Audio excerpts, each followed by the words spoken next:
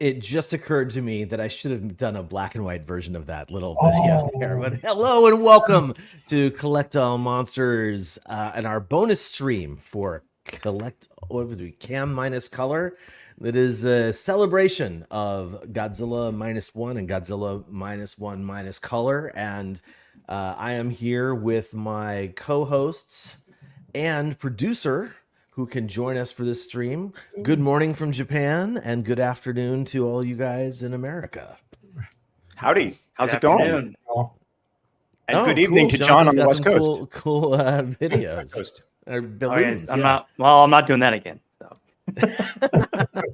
I think that does it for, I'm not sure what does that, but I've seen like thumbs ups happen and stuff like that. Yeah, so it's a new feature either on YouTube or somewhere. So we're here streaming on YouTube and we've got 16 people watching already. Hello to those people right now. Say hello to Kaiju Battle, Nathaniel Plummer, Ray 2D2. Let's definitely talk monsters. Larry Latham, what is up, sir? Godzilla Cartoon Sci-Fi Horror Fan 2000. And yeah, good to see you guys. Lots of stuff to talk about, I'm sure. Let me just go ahead and kick things off by welcoming my actual co-hosts with their names, David Dopko, John Ruffin, and producer Jonathan Portman. Glad to see you guys here. Hey, Leslie Chambers is watching live instead of with us because, you know, he's got a busy life. But speaking of Leslie Chambers, this stream is actually because Leslie suggested this idea.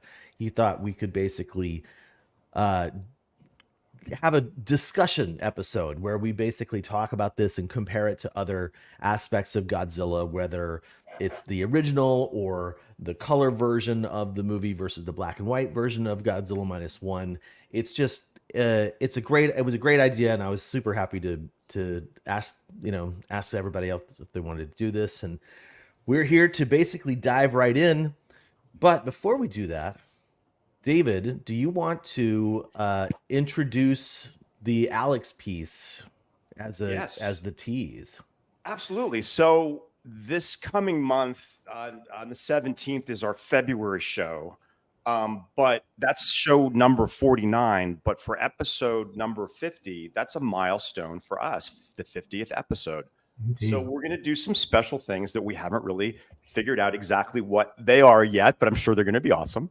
But one of the things we do want to do is do some giveaways. And one of the giveaways is this awesome Kamagon piece by the really talented artist, Alex Sawyer. We all know Alex.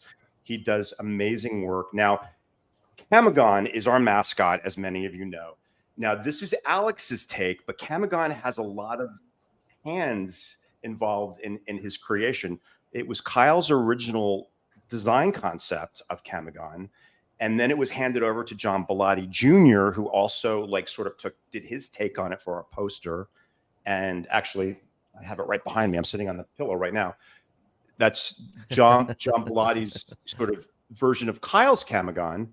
And then Alex Sawyer does these incredible Edo style Japanese sort of vintagey pieces that he was kind enough to do our mascot Kamagon, and he's gonna this piece is still a work in progress, but he will be donating this piece as one of the prizes for our 50th episode show, which is going to be really, really fun. So Alex, thank you so much, and I hope you guys are excited about it because it's beautiful. And Alex actually did send all of the members of Collectible Monsters our own version, a different version of his take on Kamagon. You can't really see it because of the glare, but I just got it framed, and beautiful. It's absolutely amazing. And Alex does commissions. I'm not sure if he's doing them at the current time, but you just want to contact him. You can find out about him through us or in our group.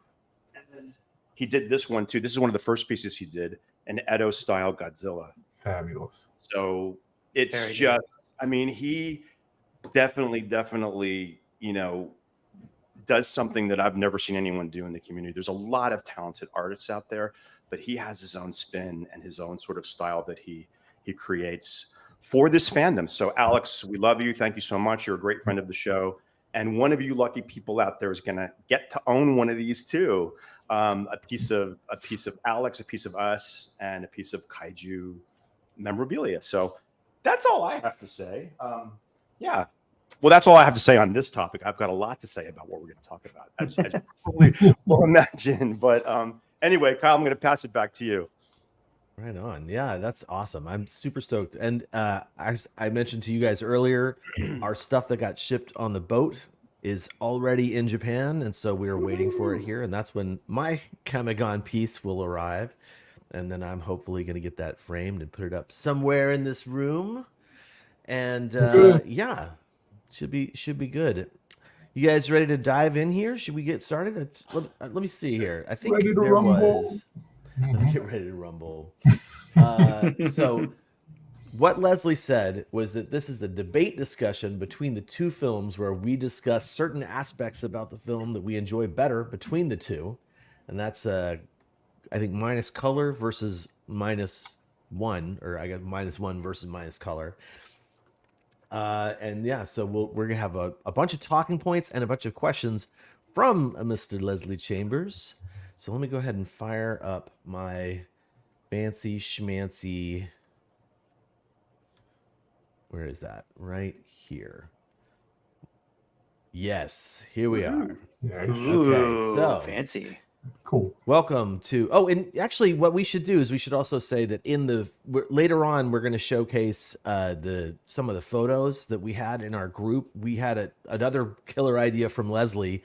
Cam minus color was a hashtag. We haven't been doing the hashtags in the group for a while now, but we brought that back for this particular instance. And Cam minus color was the hashtag that we put up in the group, and we encouraged our members to post black and white photos of their kaiju collectibles. And so we have a montage later on that we're going to hang out and shoot the breeze about. But let's Excellent. go ahead and get started and hope that my slides are in good order here. And we dive already have double the people, 35 people actually watching Very now. awesome. Wow, that's So great. welcome Incredible. everybody. Thanks, everyone. Cheers to you. Cheers to you. That's right. Cheers to everybody watching. Yeah, it's super exciting to do this with you guys. A discussion episode. So Love it. Leslie asked, Oh, there he what is. is your overall impression? Oh, where's the tomato? He looks so innocent there. Right? Yeah. We all know the truth. So innocent. There's some plotting going on behind those. Yes, Sure. devious. So what's your overall impression of Godzilla minus color? Which version do you prefer? Godzilla minus one or Godzilla minus one minus color, or both? And do you feel that the black and white aspect made the film better? I'll pass that to you, Mr. Dopko. Well, these questions, as you'll see as they come up on the screen, are really tough, and they really make you think. I think that I prefer just by a hair the black and white version, and let me tell you why. It's Please. sort of, I feel minus one is sort of a companion piece, a sister piece to the original 1954 masterpiece. And to see it in black and white, which we all know was how we first saw Godzilla in 1954, really brought me back to that time period. And, it wasn't like, I'm sure a lot of you have been reading about the process of making it from color to black and white. The filmmakers painstakingly, color coordinated everything. That's not the right word, but they made everything the way it should look, the tones and the highlights and et cetera, et cetera. So it wasn't just, let's just make this black and white. They really did their homework, making it look beautiful. And some people, some reviewers and some fans who I've talked to actually say that the filmmakers also sort of blurred some of it intentionally. John, maybe if that really did happen or not. Or It seemed like they did at times. It seemed like they did. Whether they did or not, I'm not sure. We should find that out later. But I just think that it brought out the terror and the tragedy of that time period more so being in black and white. I don't know. I wasn't going to see it in black and white. I wasn't super excited, but Leslie posted a review. I wish I remembered the name of the reviewer. He did a fantastic job, and it was a very, very thorough review. And that review convinced me to go see it in black and white. And Keith came too. And we actually went with our friend Mike, who's a collector here who lives in Palm Desert. He used to live in Long Beach, but he lives down here too. So we saw it with him and his partner, which was really great. But it definitely felt almost more like a newsreel documentary style, which black and white tends to bring out when shown on screen.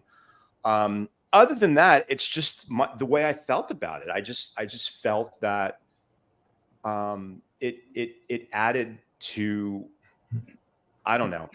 It's really hard to articulate the way I feel. But having said all of that, I loved it in color too. I mean, it's just like just like I said, just by a hair, I prefer the black and white version. Now let's all hope when they Toho releases this in 4K, we will get both versions on our Blu-rays. We're streaming or however we're going to own this piece. So if we can have both the color and the black and white versions, that would be, chef's kiss. That would be perfect. So, but yeah, the first question, I think just by a hair, I prefer the black and white version. So, all right, now, good. Great way to end that, David. Let's pass this over to John, who we did not hear from during the Collectible Monsters versus Kaiju Cast Godzilla -1 discussion. So I am very interested to first I think before anything, John, you should take a minute or two to talk about your experience going to see -1, because I don't think we've heard that on a live stream yet, right? No, I haven't said it. We have not heard it. I'm still you didn't like this movie very much, right? Yeah, I've had to be quiet for a long time. I'm sorry. For me, it's it edges out 54 in a certain kind of way. It's it was an incredible experience to see it in Japan and to see it. It was very emotional, as everyone will attest. I mean, we get to a particular question that Leslie has given us, and I burst. I mean, I'm glad everybody had their mask on in the theater, so you could hear people crying, and sniffling. I hope my internet doesn't go out. I don't know. I hope so too. It's a tremendous addition. I think it's a movie we've been waiting for a long time. David, I know you've expressed what we've had our wish list. Like, if they can pull this off, and Yamazaki hit that thing right out the park, and it's so masterfully done. Everything, and every time I have seen it, it's like all the more dimensions come out, more aspects, more parallels, more structure. It's like, wow, what an amazing, and whether he consciously or unconsciously constructed it and I'm like, it's a lot of intentionality that seems to be in the film. It's so much of a connection with 54. And I know when I shared how I felt about the movie, you all may not have let's say you just overreacted or just we had to wait and see. But God, it was like, man, this is it. And every time I see it, it just confirms it again. Now in black and white, they really did take care. Now I don't know if when you saw it, it was like how I saw it. It had like a blue tint to it. Or was yours just floor? I didn't notice that specifically. I should have noticed it, but I didn't notice like, oh my God, that has a blue nuance to it. I did not see it. Could have been. Maybe it did, and maybe I was just so engrossed in the film that I didn't notice it. And I don't know. I can't say yes or no because, like I said, I was so involved in it. And John, one more thing, real quick. Your reaction to it really helped me a lot, because there were some things that I was worried about, and you assured me, behind the scenes, you're like, David, don't worry, trust me. And you know what? You were 1000% right. I am not mad at anything. Wow. So you did. I mean, I know Leslie has another opinion about that, but your constant sort of like cheerleading, not even cheerleading, I'm not even going to say that. Your love for this film really helped me sort of say, okay, I'm going to like this one. And this is the one we've been waiting for. And we all had this discussion about what we would want in a modern Godzilla movie. And damn, if he didn't hit almost every single point, maybe not quite as much as I would have liked. Like I remember specifically the three of us, Kyle, someone else was in there too. We talked about the Odo Island aspect. Exactly. Yep. It's like, okay, check. We talked about being set in the 50s. Check. We talked about maybe being in black and white. Check. I mean, we like the design of Godzilla has to be good. Pretty much check, So like all of the things that, and a great story, compelling storyline, not, talking besides the monster scenes. Check. So it's like really the conversation. I wish we would have taped that conversation or did it on it was behind the scenes. It was so perfect because they really did hit all of the notes that we had for our hopes for this film. But anyway, sorry. That's what the balance between the human characters and Godzilla. Godzilla didn't seem to be forced or the story forced. Everything just worked.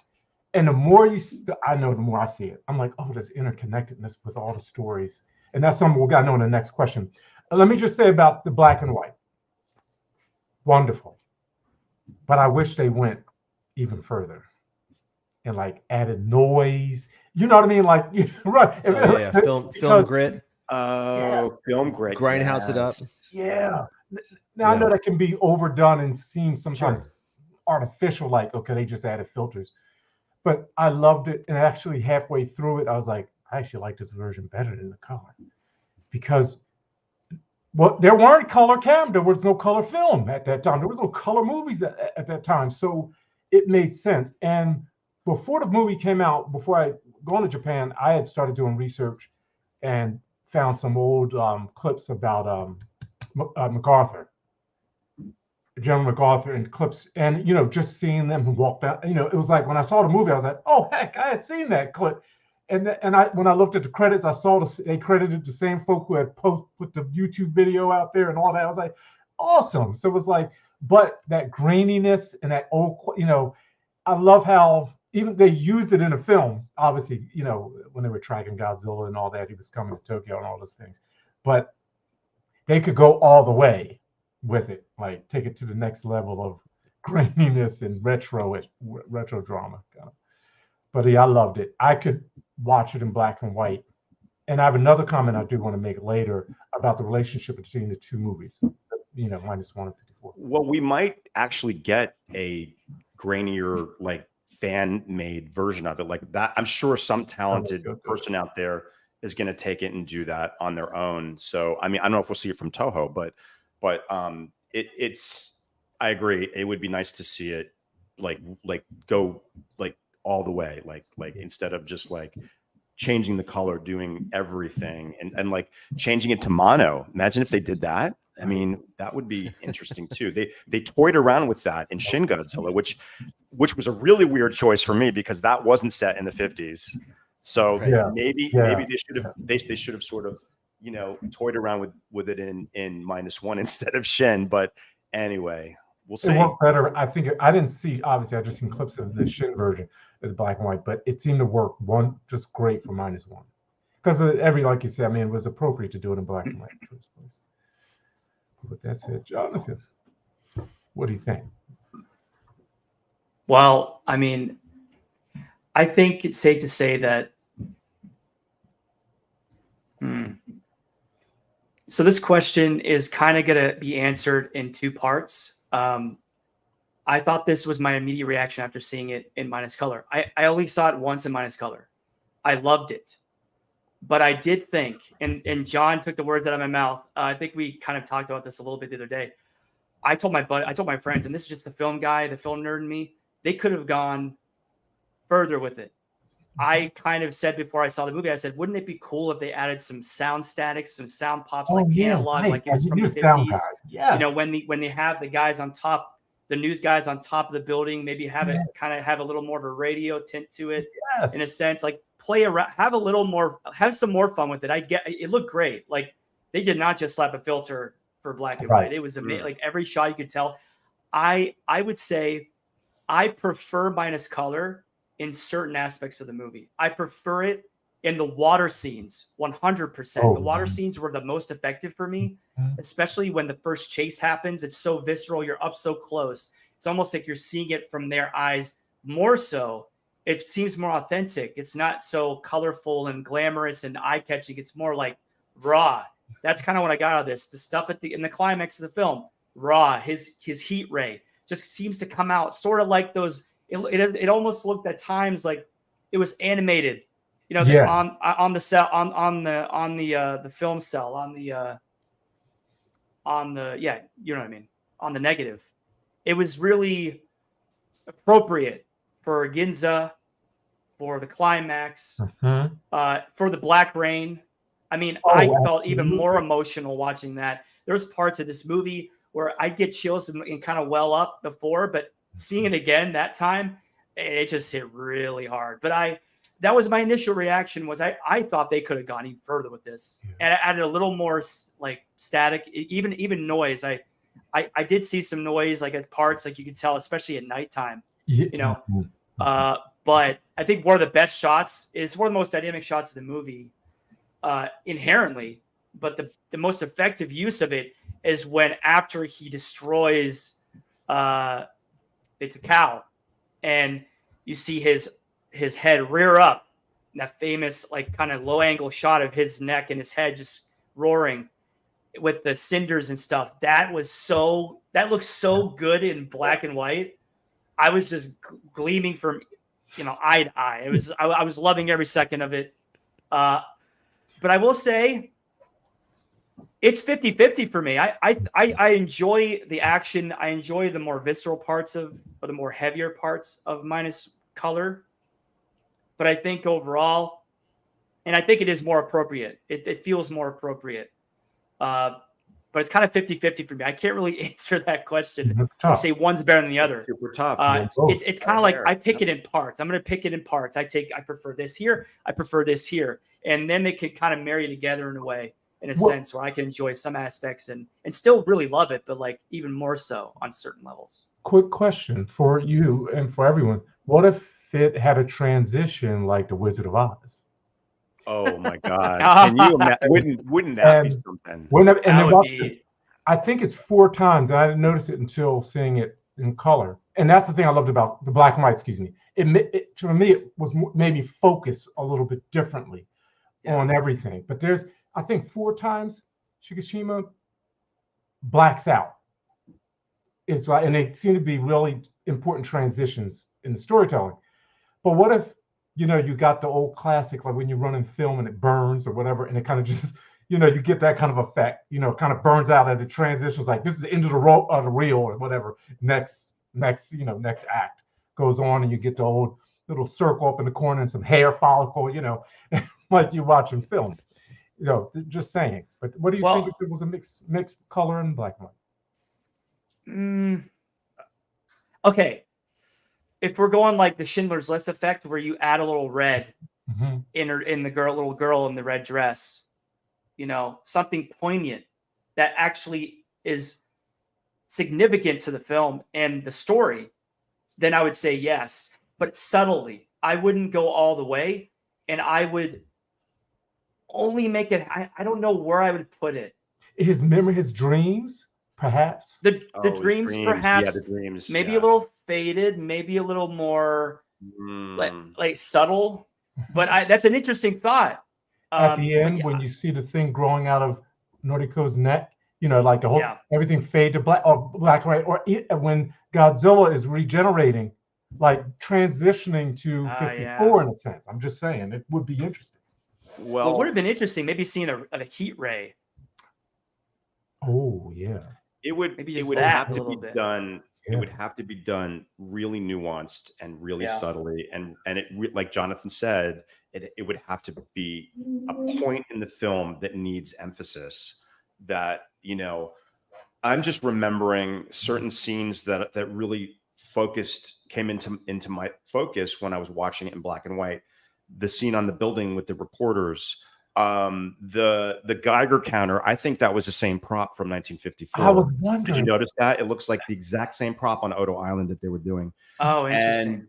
And the buildings that got destroyed, the clock tower, all of that sort of was like, that definitely needed to be in black and white to sort of parallel the two movies. And it definitely as far as the color added in there, it would have to be done so perfectly and so thoughtfully that I don't know. It's an interesting point. Kyle, what do you think? Do you think a slight insertion of color would be something you would like to see?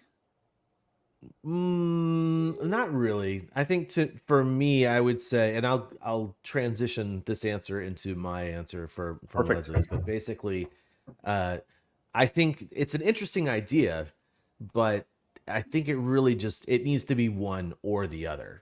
And like there, to answer Leslie's question, right? So he's asking basically which one we prefer, and do we feel like the black and white aspect made the film better? I think that the black and white version was cool, and I'm gonna be the outlier here. Part of me is like, man, that really, it didn't feel. I know they worked on it, and they didn't just slap a filter on it and go home. They like literally toyed with all the color correction in black and white, and they really tried to make it its own thing. But it did sort of just feel cash grabby in terms of that. Now, that said, do I care about that? Not really, because I'm so happy that Godzilla -1 earned so much at the box office that I don't want to take anything away from that. Right. But I did like the color version better. Someone here in the chat said, Stupid Sandwich says, I wonder what this movie would look like in Toho scope colors. Wow. And That's an interesting is thought. actually a fantastic idea. And that's probably what I would have rather seen. Even though the black and white version existing, I wouldn't take that away. Like that to me, it's a really cool aspect, even though I didn't feel like it really, really needed it, right? Because I mean, the movie on its own, the color version on its own was so good. So that's my answer. I'd love to see a fan do a scratchy version, right? You know, like looking like the old stuff, maybe even adding in those sounds, adding in the challenge accepted. You know, when you watch like old Kurosawa films or like Ozu films, that you can hear like the camera on set when they were recording on set sound. So that would be cool. But really, if somebody wanted to if somebody who had the skills, was able to do like a color correction and like throw the Toho scope like colors on it, that would be so cool. So can I just say one thing? Yeah, of course. That you reminded me when you said the Toho logo. As I think we all thought this. As soon as you see the Toho logo come up, and it comes up after they show it in color, but then it shows up when the movie's about to start, and it's black and white, and it looks flickery, and it's great, and it looks like all the thing. It's almost like they ripped it straight from the '54 film, and I was like, I looked over at my brother. I was like, oh, we're here. This is that was like seeing the Toho logo in any respect. Yeah, you just know you're going to get a banger like of a film just inherently. But seeing it that in that context, I was so sold immediately, and it's at least for the black and white. Yeah, nice. It had a potent effect. Yeah, I really did like that. Actually, seeing the first logo come up, the very first thing I said to myself was like, wow, why is the modern day Toho logo showing up? And then the black and white old school version came in, and it filled me with an immediate nostalgia that I did love very much. So that was pretty rad. Can I add No, I like. something? Oh, sorry, David. I was going to say, I like the way Kyle put it. I felt the same way. I felt that it wasn't necessary to do it in black and white, but now that I have it, I'm glad they did it, and I Yes. love it, and I understand it, and I'm embracing it. But at first, I was like, just like you, exactly the same thing. They're just trying to keep it in theaters longer. But then when I saw that review that Leslie posted, then I was like, oh, maybe there's a little bit more to it than just that. Right. And for me personally, there was, like, Keith preferred it in color. Mhm. He didn't dislike it in black and white, and he was just as engaged as he was the 2 times we had seen it in color. But overall he preferred the color version of it. And if I think now that I'm hearing what you guys have said about the going all the way, and I'm going to emphasize this again. If they would have made the soundtrack mono, Mm-hmm. would have Absolutely. been Yeah. like even more effective than the visual, distortion or whatever they're going to do to make it look like old film. If they did it in mono, it would sound like John and I watching it from television on our tape recorders in the 70s. So Yeah, to me, absolutely. somebody should do that as well as take it further visually. So I just wanted to hit that message out there. That's Too. awesome. So, Dude, David, that no doubt, because one of the most important things in a film and is the audio. It's the sound design. And if you're 100%. gonna go all that way, if you're gonna take all that time to I almost wish I was there and they were like, hey, what do you think?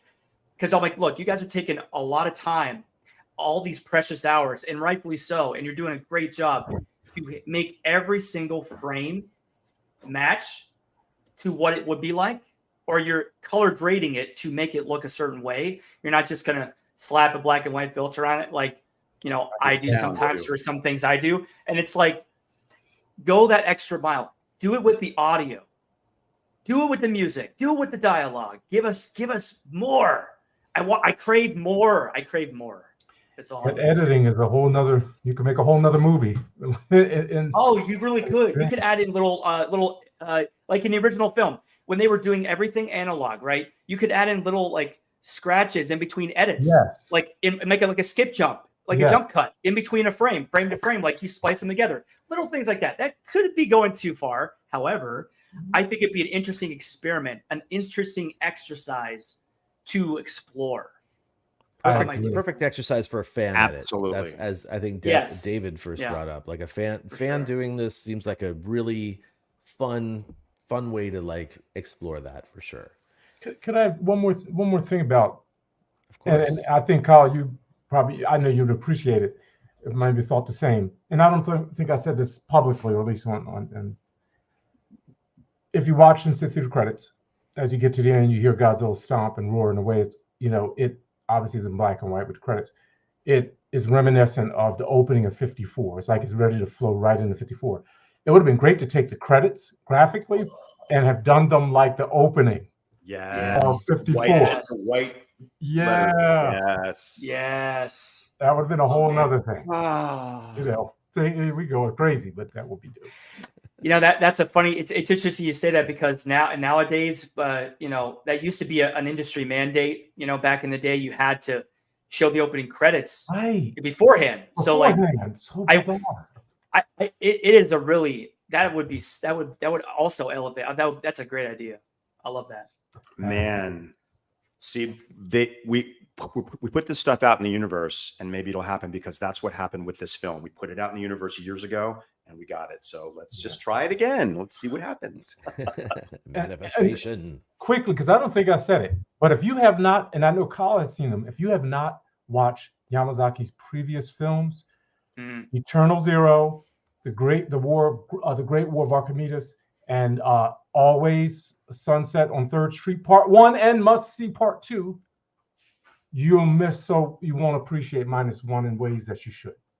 Go get them, because they pick right up with those stories. He honed everything in those other films, the Showa era, the CGI, all that and the Eternal Zero starts just like it's the Sheen did. You know, it's like, oh, he just picked up right where. And if you watch Always Sunset Part 2, the one of the lead characters, he's dreaming up. He's actually writing a Godzilla movie, stealing from it. That might as well have been minus one. Like he was at work. I mean, it feels like those characters are and I found out that the street that Godzilla goes down, I believe that's based off of the street from Always. Oh my Third Street. It's like you just moved around the corner, I think. Also, that's like you just picked said, okay, the most iconic. That's interesting. Ginza Street, right? Like it's literally right there with the Waco clock tower and everything. Yeah. Yeah. I wanted to go hide in the corner. So John bringing up the I would say the thoroughness of Yamazaki throughout his career.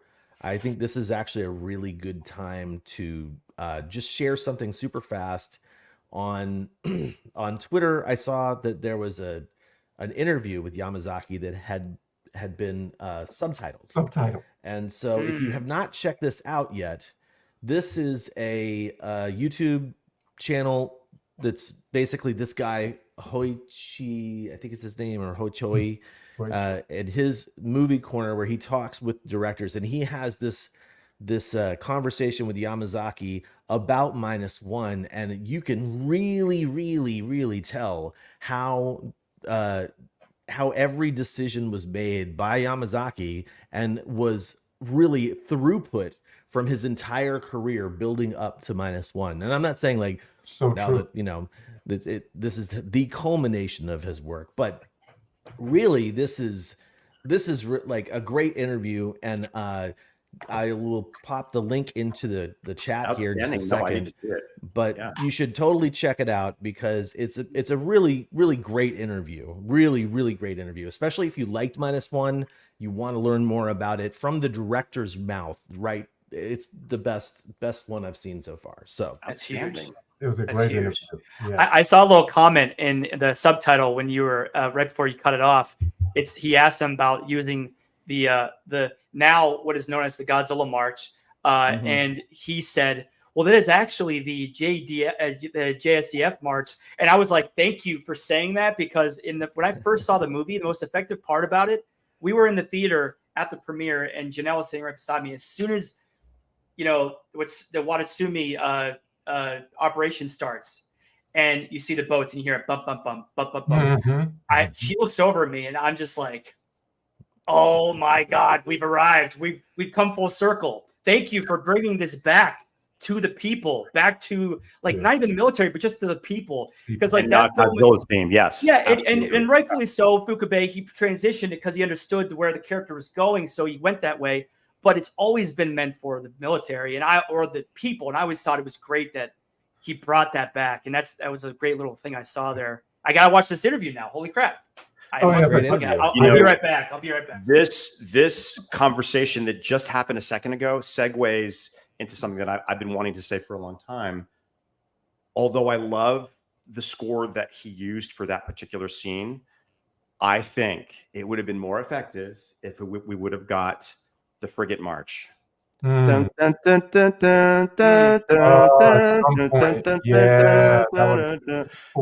to me really, instead of putting King Kong versus Godzilla Faroe Island in there from the Godzilla Fantasia, which I probably wrestled with that. However, to tie it in more with the 54 vibe and the hopefulness of that piece. See, I'm getting excited just talking about it. And that piece is so nuanced because it's very hopeful and optimistic, yet there's a somber undertone to it.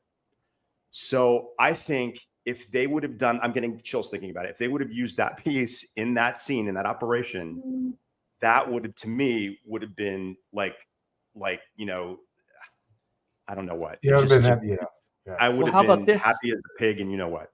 But well, how about this, David? How about this? We take the Frigate March, and we still have it in the film, but when they're setting up on the docks and you see all the people coming together and getting ready, they replay it there kind of leads us into when we'll become that moment later on. Maybe, but you know what piece I want for that? I want the Operation Kong balloon piece for that. Oh, that's a good one. Oh yeah. See, the music. Yes. Like, Mhm. anyway, these are just little teeny things. I don't think they should have put too much more Ifukube in there. I think they put just enough in there. But Yeah. I would have swapped out the Godzilla Fantasia, finale piece with the Frigate March. And That has been used a lot, maybe slow it down a little bit, because we've only heard that twice. We've heard it in Kaiju Daisenso, and they speeded it up a little bit, and it was super optimistic. But in the original 54 film, that particular march had, like I said, very optimistic, but it had a slight somber undertone to it, which for me, is exactly what that moment was about. It's like, is this going to work? Is this going to work? Yes, I think so, but maybe not. So anyway, Jonathan, what you said just sort of made me, something that I've been thinking about on my own. I haven't even really talked to anybody about it, but I think that this movie, like, it brings so many people in this fandom together in a way that I have never seen since I've been in the fandom, because movies are polarizing. People like this, they like that, they don't like this. Shin was very polarizing. Shin was hugely polarizing. Legendary is hugely polarizing. Even some of the Showa films and the Heisei films are very polarizing. This one, I think it's safe to say that the vast majority of the fandom really likes it, if not loves it. So 98. Yeah, I mean, and that's the general audience score. But I'm talking about us, the core of this fandom. I think we all really like it, and there's very little things, very small parts of it that don't resonate with us. And anyway, sorry, this is only the first question. Damn it, sorry. I know, right? I was just about to say. One more thing. I was like, no. I got to rein this in. I'm sorry. I have to rein Go this ahead. in. Sorry. We got at Captain of least the 6 ship. more questions from Leslie, no. and we're already in 42 minutes. So Captain of the we're Shinsei moving Maru over along. here. If anybody wants to hear John's thoughts on this afterwards, you just DM him later, okay? Sorry, buddy. I don't want to cut anybody off, but at the same time, I need to leave at a certain point. So Leslie asks us, which character do you gravitate more towards? The 1954 heroine or the 2023 heroine? Noriko versus, oh my gosh, I'm forgetting her name. David. Emiko Yamane. And notice they're both in Ko. Oh, Leslie, all right, so I hate David. you for these questions. All right, so I'm gonna keep this. This is gonna be a lot shorter than the last one. This is a straight up tie for me. Like, I cannot pick one over the other. You can't sort of de-emphasize the importance of Emiko Yamane's part in the 54 film.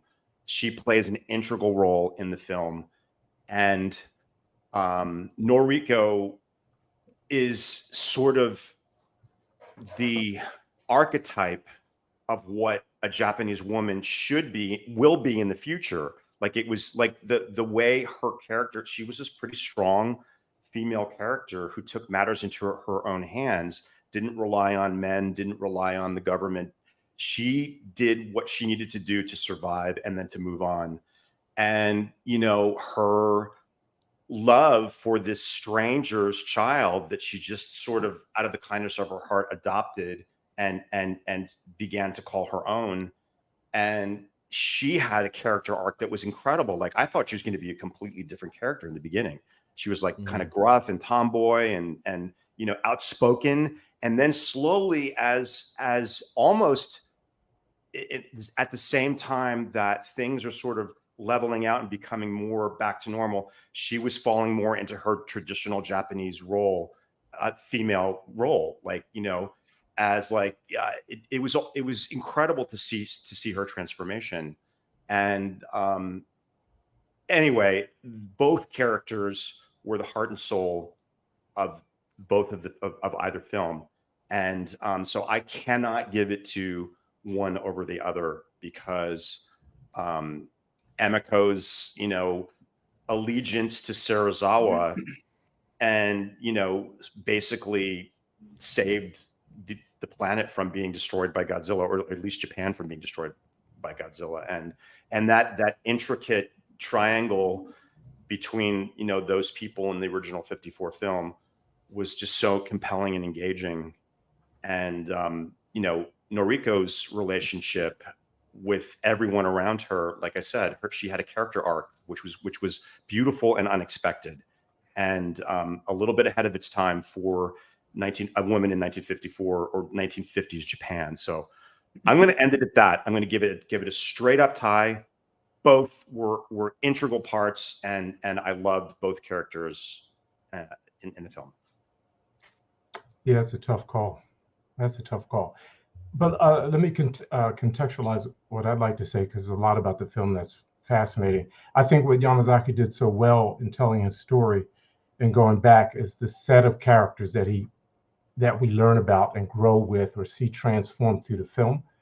And obviously Noriko is a part of that. But what's interesting is Emiko and Noriko are kind of, obviously what women were going through right after the war is quite different than what would be happening in 54 and how Japan was coming out of the war, 9 years later.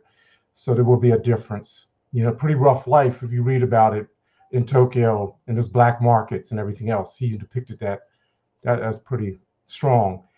But what's also interesting is the love triangle that Emiko is a part of, but there's a family triangle in -1.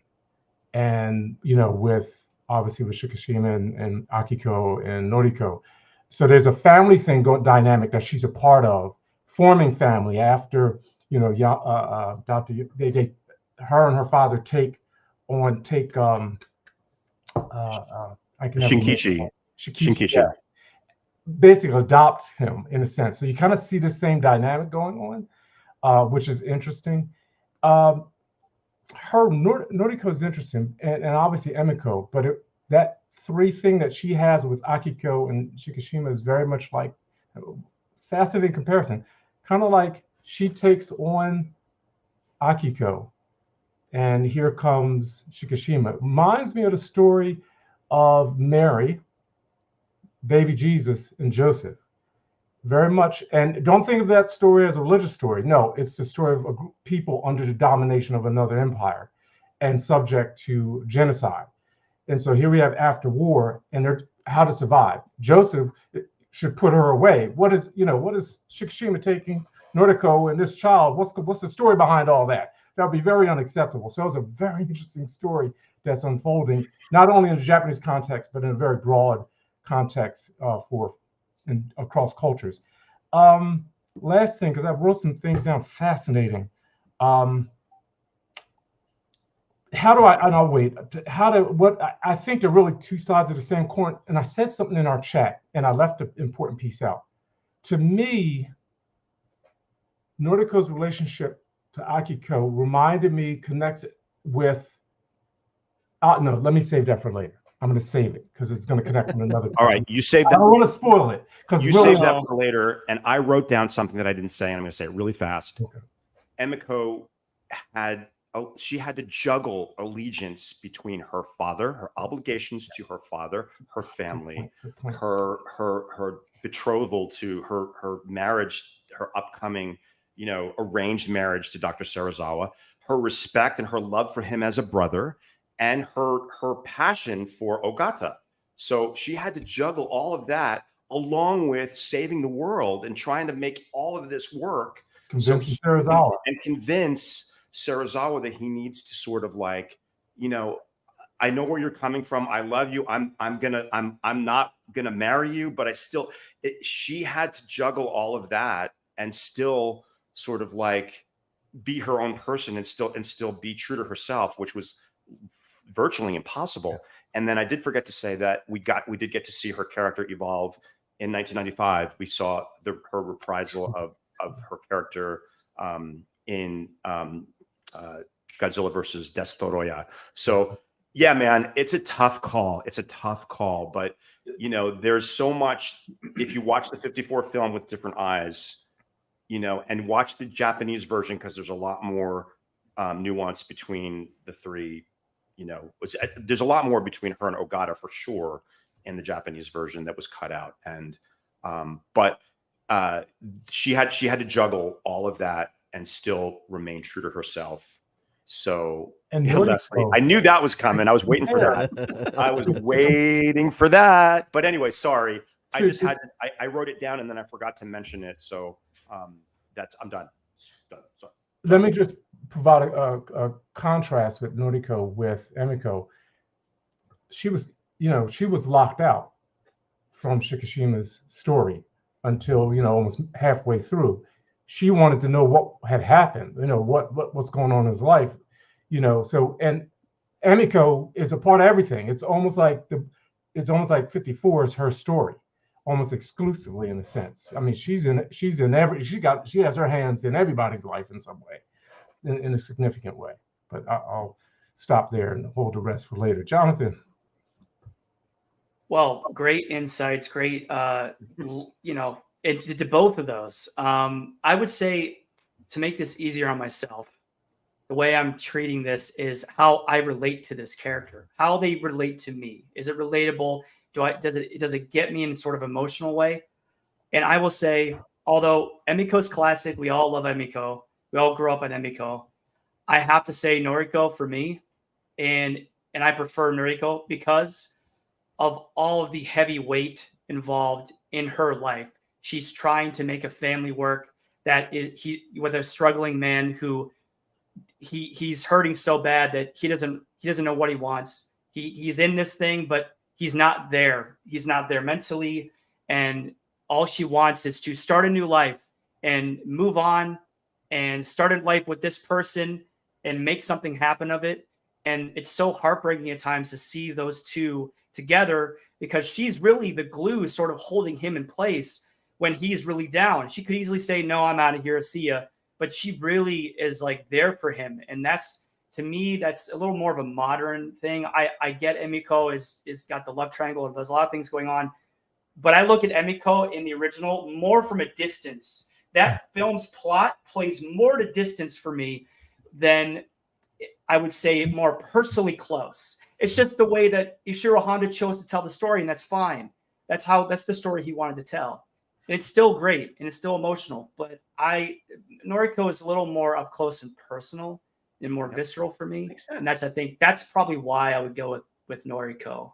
And the fact that she's so desperately, she's wanting to chart her own path. She gets a job and she's going against my wife even said this, because she, has dealt with a lot of, she's Japanese American. She's dealt with a lot of old school oppression from her family and all the traditional stuff. And that kind of scarred her a lot of times. And she said she could not relate more to any one character than Noriko and felt really emotionally like powerful from Noriko because Noriko was going against the grain. She wasn't just trying to appease and do what was right and what was told of her. She wanted to go against that. And maybe that's definitely more of a modern story technique. That's more of a modern story being told today. You wouldn't really see that back in the 40s and the 50s, and that's understandable.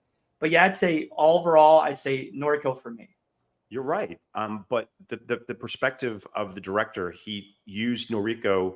The character of Noriko was told from a more modern perspective, for sure, because a woman in Japan in that time wouldn't necessarily be acting the way she is or doing what she's doing. We're seeing it from our our vision now because we can look back and say, hey, that's why Emiko's character felt a little bit disconnected from you because it was the 50s and it was filmed in the 50s and she was a woman of the 50s. This Noriko is portraying a woman of the 50s from a modern perspective. Not saying you're right or wrong, but I'm saying that might be your disconnect from a little bit more towards Noriko than Emiko. It's just interesting. It just brings up so much conversation about the intention of the director and whatever. But anyway, tough question. Yes, absolutely. Yeah, all right. So I can make this pretty quick. I actually, in terms of which character do I gravitate more towards, I would say I connect with Noriko a little bit more, and maybe that is the modern storytelling, but the gravitas of Emiko's character arc, even though it's not as developed as Noriko's in terms of like character growth, the actual impact that Emiko Yamane has is much more important, I would say. Noriko's great, and I absolutely love the character. I absolutely connected emotionally with her and with Shikishima as well. But they definitely, like, it's more of a close knit story, and Shikishima, he definitely has a huge effect on what happens with Godzilla, but Noriko as a character is more focused on what happens in their bubble. So True, that's right. I would say that I gravitate, I guess I gravitate more towards Emiko as because of her gravitas, and I connect more with Noriko because of the her arc. So that's my answer. Let's go ahead and move on. Awesome. Which ending confrontation did you find to be more intense, the 54 or the 2023? David Dopko, take the center stage, please. This one is not a tie for me. This one was kind of easy. I have to go with the 1954. Oh, wow. Because this story is so tragic to me. Like the story of, I think Serizawa is one of the most tragic characters in all of the genre, the entire genre that I've seen, you know, past, present, future. He has to sort of put aside his feelings for so much to save Japan and possibly Earth from this threat that he and only he is capable of defeating. And, you know, he gives the ultimate sacrifice. I mean, you know, and ultimately he sacrifices his life for the betterment of mankind. And he also does not want what he's created to fall into the wrong hands and create more havoc. So, I mean, not only is his fiance not going to marry him, his greatest lifetime achievement, his experiment about the oxygen destroyer, will never be put to the purpose that he meant it for. To me, that is just so incredibly tragic.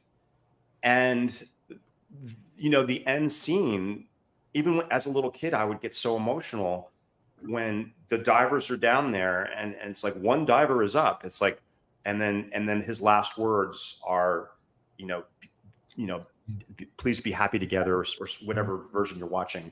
And then you see the knife shine in the dim light of the undersea, and he cuts off his thing, and he just completely, you know, sacrifices himself, body and soul, and he kills Godzilla. That it's because of him, and it's not and not taking anything away from the impact of -1, where Japan can't rely on their government. They can't rely on America.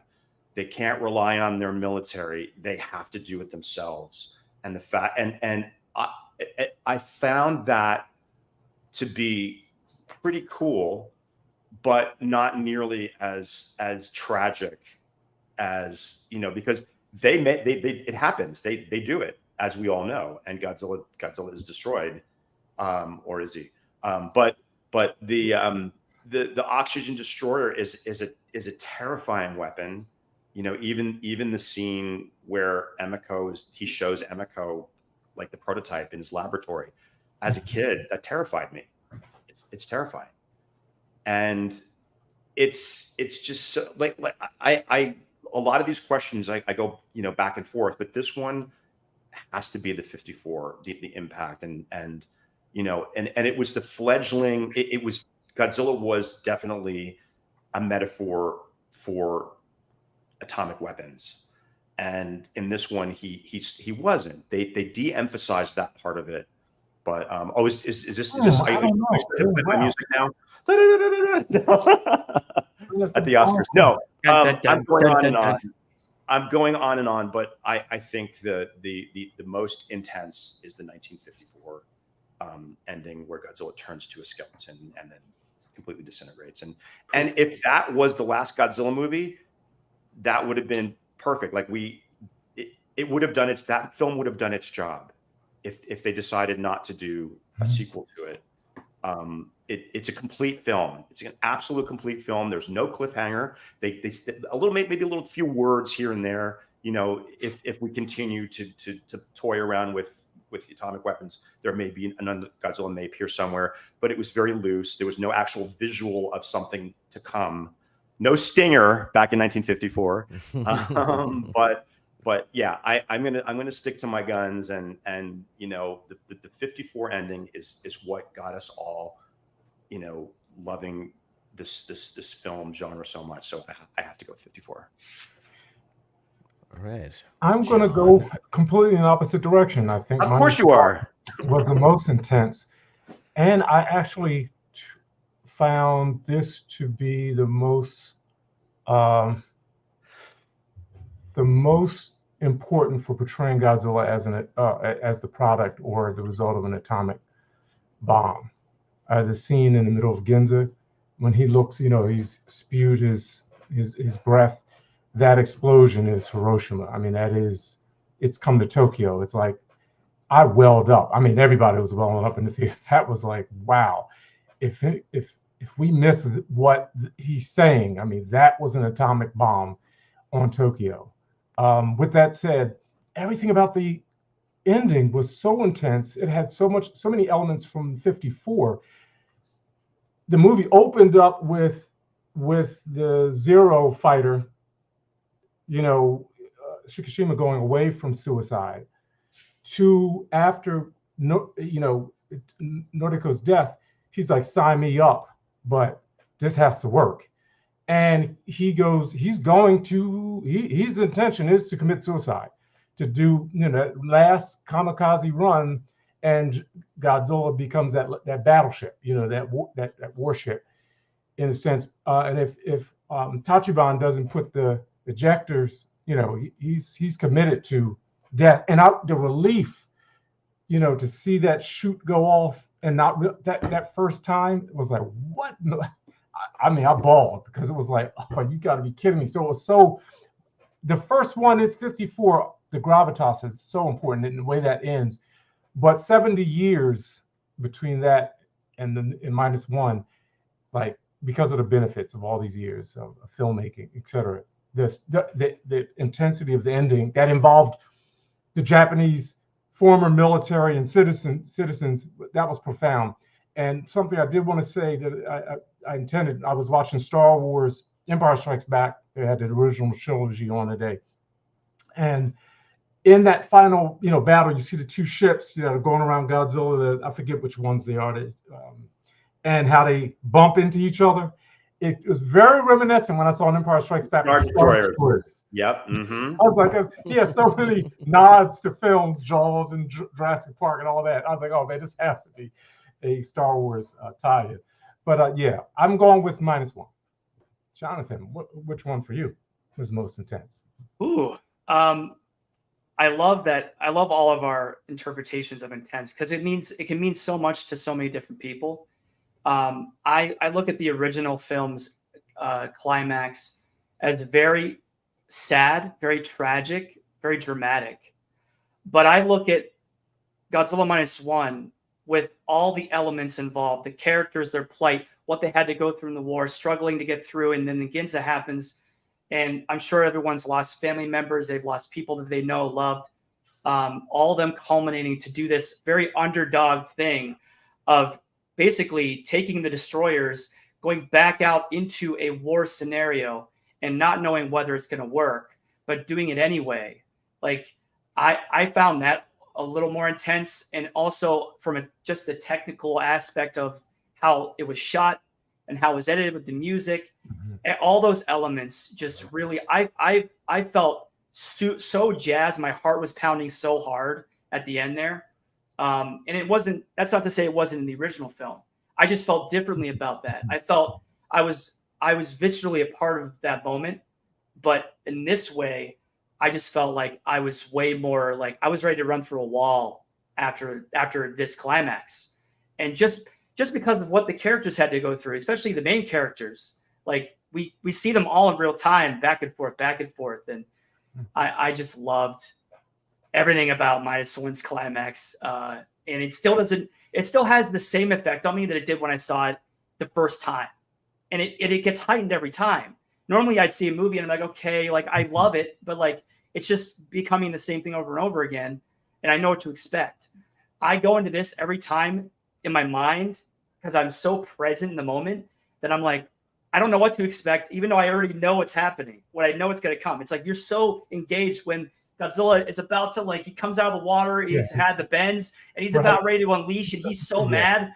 And it goes on those, it's the music quiets, and we go through all the reactions of everyone in that tense moment, very quietly tense moment. Yes. And there, you just see all the looks on their faces, distraught, whatever those looks are, emotional highs and lows, right? And the moment you do think for a second, you're like, they could totally pull everyone dies here. Yeah. But it felt like it. And it did feel like that for a second. They were holding on it for so long. I was like, oh man, are they going to do this? But then it comes through at the end. And it's interesting. My brother said this to me. When he first saw it, he said, I didn't like how the music was so intense with the chorus when we see his fighter come into frame after it flies in.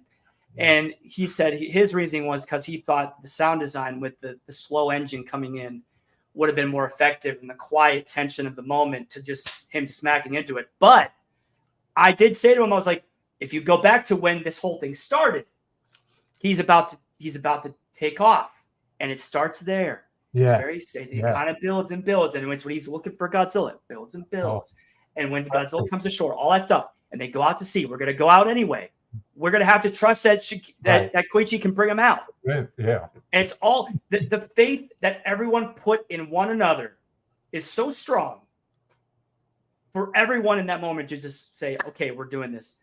Yeah, I may have long-winded that one, but it just excites me so much. But that's basically, in short, long answer, -1's climax. Yeah.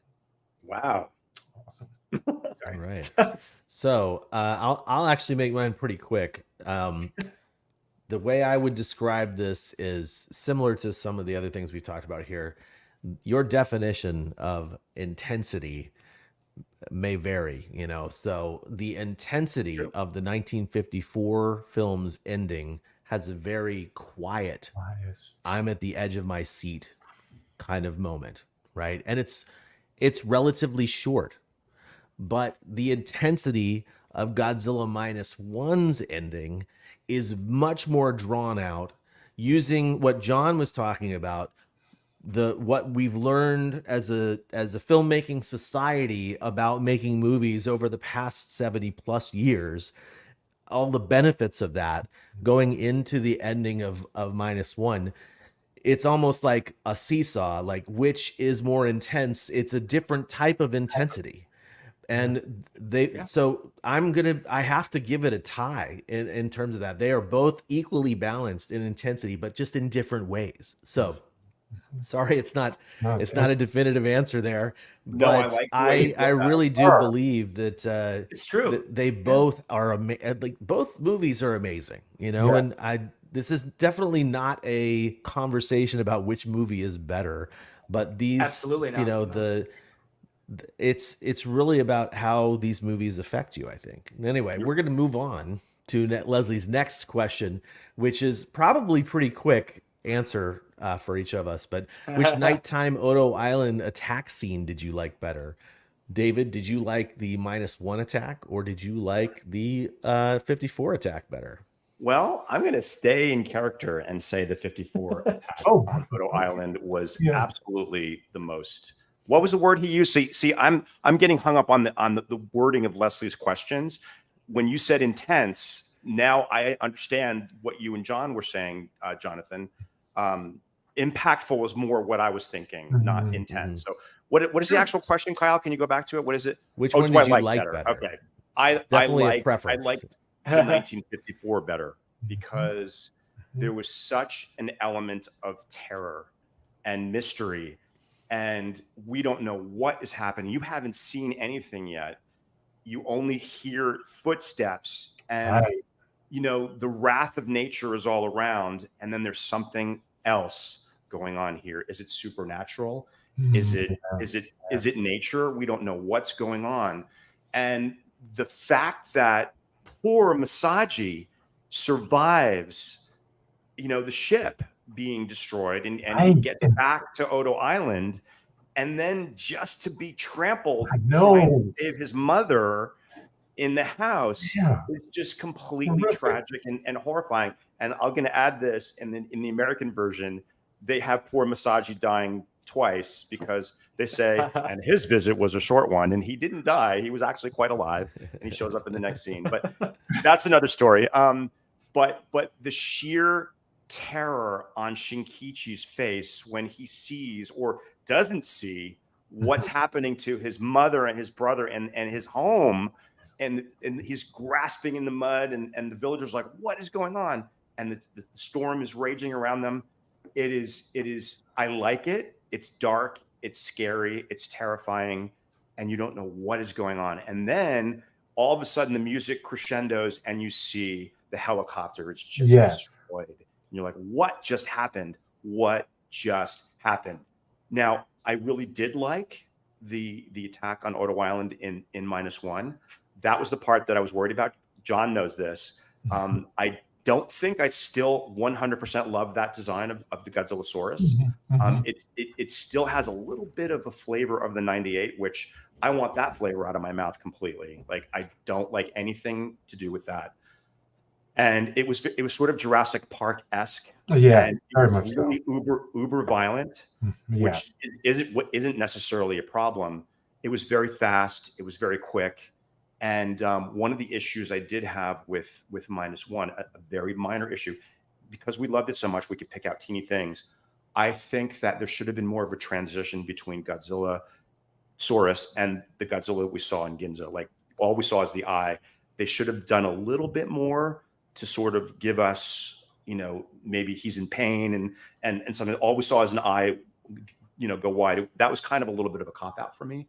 Not a game changer. Just, again, the movie's so damn good that we can pick apart little teeny things that we would like to see better. But getting back to the original question, 100% Odo Island does it for me. Every single time I watch it, I'm done. John. I agree 100% with you. I think it's more mystery. It's drawn out. Kyle, since you're in Japan, you should go to Odo Island and go to that location. No, I'm serious, and stay overnight. It is a mysterious, remote location. It's I want to go. I dreaded being trapped up in that mountain in that location at night. It is, and go to the Kaguru, the location of go to the shrine. It is like, oh man, you're in Odo Island for real. And it is, everything you said, David, is spot on. And but Yamazaki, one thing behind it is so narrowly focused, terse, so is kept on track. There's no wasted film. I mean, you focus on the main characters, their story. It roped in other directions. It could have just went in. It's no filler. It's very tight from my perspective in terms of what it's doing. So, but the long, drawn out more aspect of Odo Island in 54 is just awesome because it's still only so much there. And the elder saying I was Godzilla, you know, it's just. So I like the night and the nightmares, but I had to see something about -1. The trip to kind of nod to the house class when Shikishima is having the nightmares. It's just like he's back in 54 when Godzilla's about to trample on the house. So it's very interesting, the connections and the play. But I'm going with the nightmare of Odo Island in 54 still reigns supreme. It's interesting. I'm looking at the comments on the side. It's like okay, remember what I said about us all being on the same page? It looks like I'm out of my island again. But no, you agree with me on that one. But Yeah, I do. Yeah. And being forced to choose is tough, because that I don't want to take anything away from the experience of -1, which was phenomenal. Absolutely. But just I think what people need to do, and what I need to do, not necessarily people, but what I need to do is watch them back to back. I probably should have done that before this stream. Watch both movies back to back, so we can really see, the differences in the films and the similarities. So, Let me say something also. The significant difference is important because, again, time of the film. Odo Island was being used for the repair, of planes and, kamikaze and the pilots. By the time you get to 54, the war is over. So the story being drawn out and developed on Odo Island the way it was before makes a lot more sense. And John, again, something that came to my mind. I really think that the throwaway line of, what is this thing? Oh, it's Godzilla. One of the villagers told me, come on, we need more than that. That was just so not developed enough. Yeah, because the villagers, like, where are they? Where's the village? What's going on? We don't see any villagers. It was so underdeveloped. And that was one point that I would change or enhance if I were the filmmaker. Again, I'm being really picky, but I thought that was like, is that all you're going to give us? Yeah. It's like, oh, it's Godzilla. And they're like, oh, okay. Okay. Yeah. Cool. Godzilla. So, yeah. I don't want to be that person. I'm just going to be like, shut up, David, shut up. But no, I mean, it's definitely, when a film is this good, we can look at it under a microscope and really, really be critical about like how it could be the ultimate perfect film. So, okay. Sorry, Jonathan. Sorry. No apologies at all. I love how Leslie words his questions. Sometimes they're very simple and you're like, okay, I can answer this. But then you really kind of look at the question and you're like, he means something else here. He's going for like a deeper answer here. For this question, I think it might be safe to say, not going to presume here, I think we're all going to be on the same page. When this question was first asked, my immediate thought was 54, and it still is. To me, it's not necessarily what's more intense or whatever. What grabs me more in the moment when I'm watching the film, right? From every aspect of how they did it. Kyle, if you could go back to that question real quick. Sure. Look at his face. To me, it's the terror and the dread of what you can't see, but what he's seeing. And that, to me, with the storm and with the music, with the low, like, winds and stuff, and the horns kind of like starting to boom up, and it's real. Music. Yeah, it's real dark. It's real mysterious. It's really melancholic in a lot of ways, but it's also, to me, it's very intense. Like the elements and everything about that scene, you see you don't really see anything happen. You're just seeing, something's about to happen, and then all of a sudden you see the aftermath of the helicopter, and that's it. Chills. And then they go to the village and you see like everything flattened and destroyed, and you're like, well, what the heck? See, with -1, it was fun, it was great, it was unexpected, but I knew it was there. I saw everything that was coming. It was right there in front of me. It was like a scene from Jurassic Park, which is not a bad thing. I enjoy Jurassic Park greatly, but to me, I would prefer the original wholeheartedly for those reasons. Yeah. And the build up to that nightmare coming from the Kagura, and it starts raining as soon as, the priests are doing the dance and all, and it goes right to that segue, John, was so palpable. And the wind starts slow and then it gets really intense. And you hear the stomps, you hear him stomping, like it's the thunderous, plodding. We just saw an exorcism rite, so we don't know if it's supernatural. Is it ghosts? Is it spirits? Are they gods? Are they demons? What's going on here? And that's the thing. And Jonathan, you said it reminded you of Jurassic Park. There was nothing that reminded us of anything in the original Godzilla. Everything was first time we've seen it. So I know that -1 for that. I meant -1 for that. I'm sorry, -1. I know that's really, really hard to do these days because there's so much influences everywhere. But there was no I guess King Kong would be the influence for Godzilla and the Beast Yeah. from 20,000 And Fathoms. Beast I from guess I could say 20,000 that. Fathoms. Yeah. Yeah. But you Yeah. know, when we see everything, it's for the first time and it's from a decidedly Japanese perspective. And anyway, sorry. Even the stuff leading up to that moment when they're on the, and you hear that music kind of creeping in still when they're on the island and they're talking to the elders about it. It's like it brings you a lot more like fear of like, what am I going to expect? Like when you eventually see it, it's like a really cool lead in to what eventually is going to happen. It's very cleverly done. That what I love about 50s filmmaking, especially with sci-fi and whatnot, is that a lot of it was like, it was a lot of like smoke and mirrors because they couldn't do it visually. But it's also a great creative choice. The terror in what we don't see that will lead up to the climax of what eventually we will see, and it was effective in a very visceral way. And we get so much more backstory about Godzilla as a legend as he relates to Odo Island. You know, 100%. This is the first time Odo Island sees him as a radioactive, irradiated, like angry monster, not just this dinosaur that they used to sacrifice young girls to on a raft when the fishing was poor. This is the first time they've seen him in his current form, angry, twisted, in pain, and vengeful or whatever. So it's just I needed more backstory of Godzilla in -1. Now that we're talking, it's really hitting home to me that's kind of a shame that we didn't get that. But okay, sorry. Kyle Yount. I think it is a little bit like your music is playing at the Oscars. I know. Okay, so I can make this super fast because I agree with all of you, and I agreed even before we sat down. The 1954 Odo Island scene was a very different kind of scene. I don't even need to go into it too much.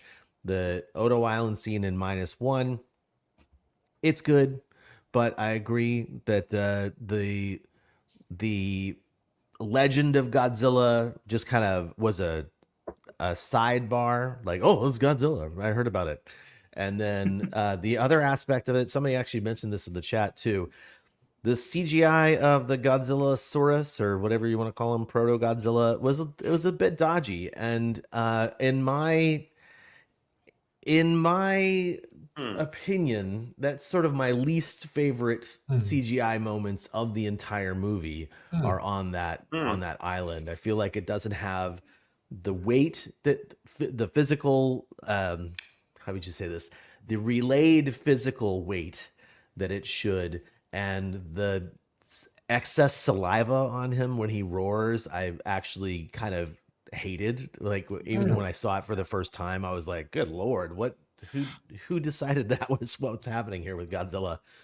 But the original 54 moment was just so well done, so well shot, still holds up so well as a horror element. That it's probably one of the best movies in the entire, one of the best scenes in the entire franchise of Godzilla. So I agree. I'm with you. Let's move along to the next question from Mr. Chambers, which is, which Godzilla was more brutal, hateful, destructive, and downright monstrous? Mr. Dopko, well, I'm going to go your quick turn. Because I didn't see this question. This is like off the top of my head. Can I see it again real quick? Sure, yeah. Let's see. More brutal, hateful, destructive. You got to read it again, Kyle, the way you did, because that was pretty good. Which Godzilla was more brutal, hateful, destructive, and downright monstrous? I'd probably have to go with -1, just because, I think this has a lot to do with special effects, in the modern day. Nakajima just couldn't do the things that the CGI Godzilla did. Like, Keith loves this part, and I agree with him, when Godzilla turns after he destroys the battleship. He just kind of turns and goes in the water. It's just so beautiful. But that's not hateful, destructive, or downright monstrous. When the Zero Fighter is flying, he snaps at it, and he's trying to get it. He's really angry. I mean, he is chasing the plane. He's pissed. He wants to destroy it. He wants to, and he just pummels that battleship. He pummels it. He doesn't just like the 54 Godzilla is more of a force of nature. That sort of is just kind of confused and in pain and wandering around and lumbering. But the -1 interpretation of Godzilla is an asshole, man. He is just really, he's really after things like, especially on Odo Island, we know he doesn't even eat those people. I know John was telling me this. He's like, David, man, it's brutal. And he just grabs them, throws them. He just tosses them in the air. And you know, that continues on when he becomes the monster in Ginza, and you know, just biting the train and ripping it around, and he's just seems like he's out to get revenge and destroy things and be a vicious animal. So I'm done. I'm going to keep it really short. I'm going to go with -1. And I agree with you. I'm going to keep it short. What 54 did, he was menacing in his own way. He did everything with a smile. But have a poke and a smile. But my go side eye. Like you said, the CGI makes a big difference, and his expressions were just, you know, just vicious when he first lifted up, you know, out of the sea.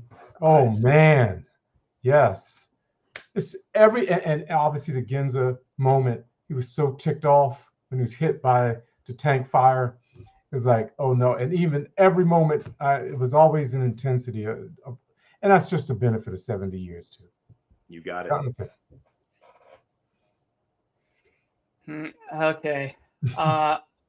Man, this question is tough because I really didn't give it much thought. I thought I had the answer. I didn't even see it. But look, okay, so if you guys know me, I love music. I think music is a very emotionally important thing in movies. It helps sometimes to really drive home points. And I think in these films specifically, it does it very well to convey an emotion. 1000%. And I would say the only thing I would say is that I think Akira Ifukube understood how destructive this Godzilla would be in the first film. I think he understood the context in the film they were making and the type of music he wanted to use for when Godzilla attacks Tokyo twice. I know about the technology and all that, you know, you can make things look more brutal and whatnot and more dynamic now. But I'm going with the original film because of the way the music is. It just sounds like a walking bomb. And the music is so tragic in that moment. It's not really like menacing. It's really tragic. You're seeing the music is conveying that people are burning alive. They're dying. They're getting trampled on. Buildings are falling. He's throwing a train around. He's just walking around. The city ablaze. Like, yeah, we have the Ginza, you know, mushroom cloud moment with the black rain. That's terribly brutal and destructive. But I think the original, to me, is more effective when I watch the scene, when I hear the music, how sad and dark it is. Till to this day, when I saw -1 originally, Kyle and I, we talked about this a little bit. The music kind of caught me off guard at first because I thought, it seems a little too. The music seems a bit positive, or for the moment, like. But the more I saw it, the more I understood, and I like that music. Don't get me wrong, I love Mothra vs. Godzilla, but I prefer, and it makes me feel more emotion about how brutal and destructive he was, with all that encompassing, with the black and white. I would have to go with the original. Interesting. Oh, fair enough. Mm-hmm. Yeah, good answer though. I love how, Jonathan, you emphasize music so much, and it clearly has, the music of these films have such an impact on your own enjoyment and your own impression of the films. I'm in the same camp as David and John here. I think that, and actually, hey, look, what am I wearing? I'm wearing a GMK shirt where I think he's Nice. probably There the it is. most brutal, vengeful, destructive, and downright monstrous. And I know that GMK had a Yeah. huge impact on Yamazaki as well. Mhm. So I think the -1 has probably the most terrifying Godzilla in terms of his brutality, vengefulness, destructive, and downright monstrous. And oh my gosh, You got a come visitor. here. This is Roxy. The Roxy bomb has gone Roxy off. This is agreed. sort of, Roxy agreed. come here. Roxy said, "Yes, Dad. Yes, I agree. Hello." I just saw the door open. I thought you had a yokai in there. Okay. That's what Leslie thought the first time that she busted in here. This is the Roxy bomb right now. So I do need to Aw. sort of like, Hi, Rob. we need to get through these questions pretty quick. So that's my answer. Let's go ahead and move along to the very next question from Mr. Chambers, which is, which moment felt like a stiff punch to the gut when Godzilla attacks Tokyo in both films? The mother preparing her children in 1954, or the supposed death of Noriko? And which one hit you harder, David? Oh my God, Leslie, I hate you for this one. He's sitting there like this. Okay, yes, he is. Yeah, I know he was. Grinning. I absolutely can't pick because both of those scenes hit me like a ton of bricks. I mean, if you watch the Japanese version, I'm sure pretty much everyone has at this point. The dialogue says something to the effect of, "We're soon going to be joining your father, who died in the war, or in the first Godzilla attack. We're not really sure where he died, but he's dead, and we'll soon be with your father." And she is just like, she's given up all hope. Like, this, my city's burning. I can't do anything but cower and accept the fate that is coming my way. Now, something I wanted to ask you guys. So, the little girl who's in that scene with mom, is she the one that has that they're using the Geiger counter on to see if she's radioactive? I think it's the same girl. I never thought about that. And that means the mother is dead and she survived somehow, and they're seeing if she's radioactive. So again, like, any way you slice it, that scene is super tragic. You can see Subaraya had like sparks and embers falling around them as they're saying this. It's just tragic and horrible. Now, on the other hand, when Noriko pushes him aside in between the two buildings and she gets blown away, I nearly peed my pants because I'm like, no. Yeah.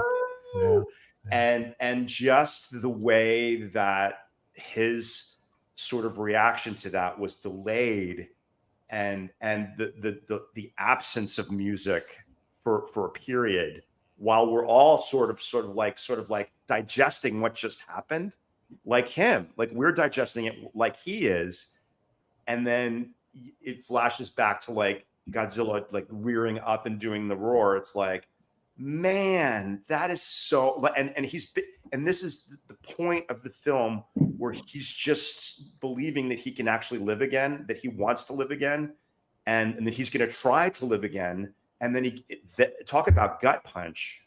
This is a huge gut punch for his character, but that doesn't take anything away from the tragedy of the little family who had already lost their dad, and we don't know what happened to the mom, if she survived. So I've got to give this one an absolute 100% tie. Thanks. I'm done. Nice. I'm going to go with -1 for a couple different reasons. But I mentioned something in our chat, amongst us, that I made a connection between Akiko as one of the little girls from 54, but I was flipping the chronology. I didn't share that part. It was almost like I felt like Akiko was the mother in 54 is giving Noriko Akiko. Maybe. That's even that will put the film Maybe. reverse. But that was in my brain. It was almost like Akiko represented all the little children. The orphan children from 54. Yes. Yep. And I think that scene with her being blown away caught me off guard. It was just like, what the heck? No, it was just so, and it was the catalyst for Fukushima, my war is not over.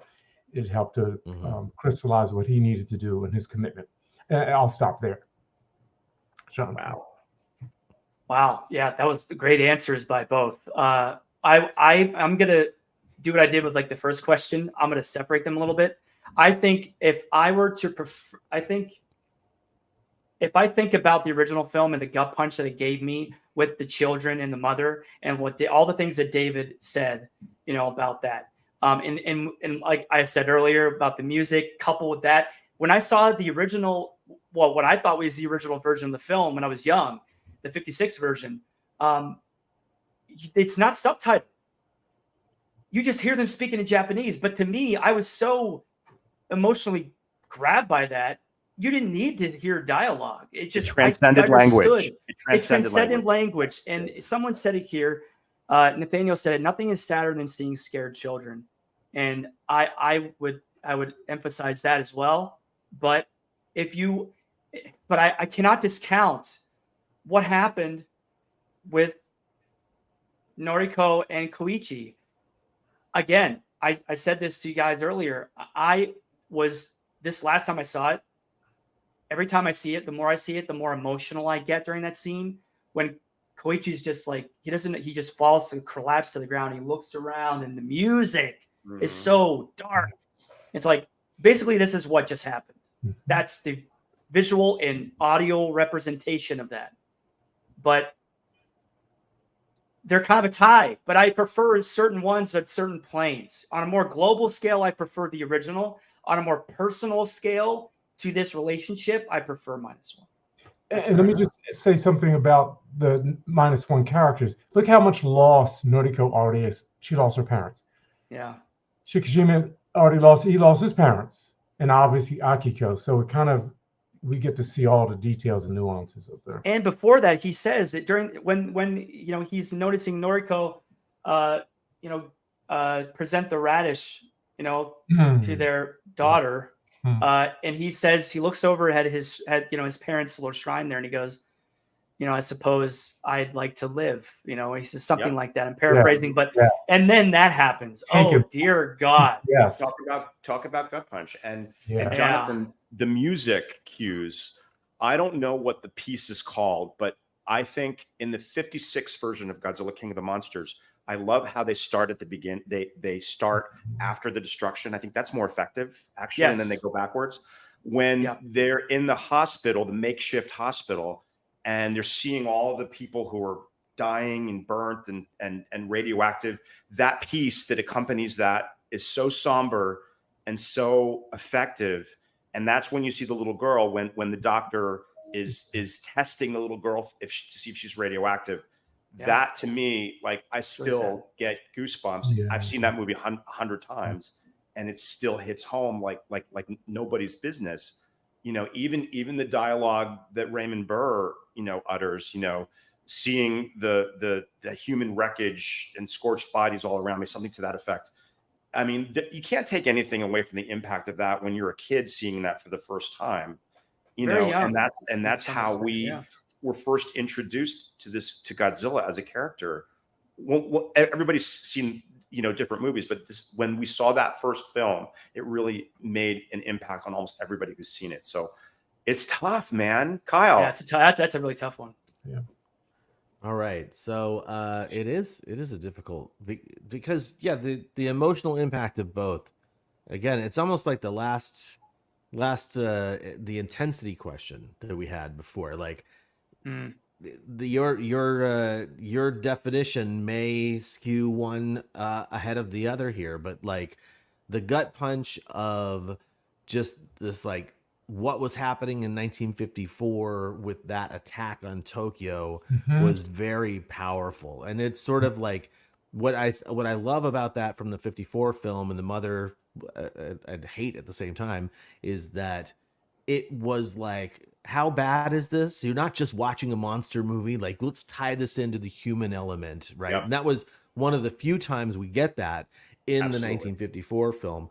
With the 2023 treatment for -1, I feel like you had so much time with the characters and their arcs and their development that the gut punch of everything that happened right there, because Godzilla attacks, he grabs the train, he blows up Ginza, and then the explosion from his breath pushing Noriko, when she pushes uh Koichi into the building so that he can be saved, it really was like I got punched. a Yeah, super gut punch in yeah. for their characters, right? Like, Yeah. Right. I didn't expect that. I didn't neither. expect that when I watched the film, and so I would say that hit me harder, even though the 1954 film, that's just such a gut punch anyway. But so I guess I would maybe say that -1 ekes out 54 just a tiny bit in that Mhm. respect. Might be Yeah. right. Man. Mhm. You might be right. I don't think I can disagree Anyway, with You know what, All right. Kyle? That's it. What you said Yeah. real quick is an interesting point because like the original is more of a you're seeing it happen in real time. It's a consequence of the greater whole of what's Mhm. happening. What happened with Koichi and Noriko is a lot more personal, and that's to your point. That's why it's more effective for a lot of people. Absolutely. Yep. All right. Well, we're going to go ahead and move along. Thank you, Jonathan. Thank you, everybody. And we'll say his next question from Mr. Chambers is which unexpected twist at the end caught you more by surprise and got you more emotional, whether it was happy or sad? Serizawa's suicide or Koichi's survival?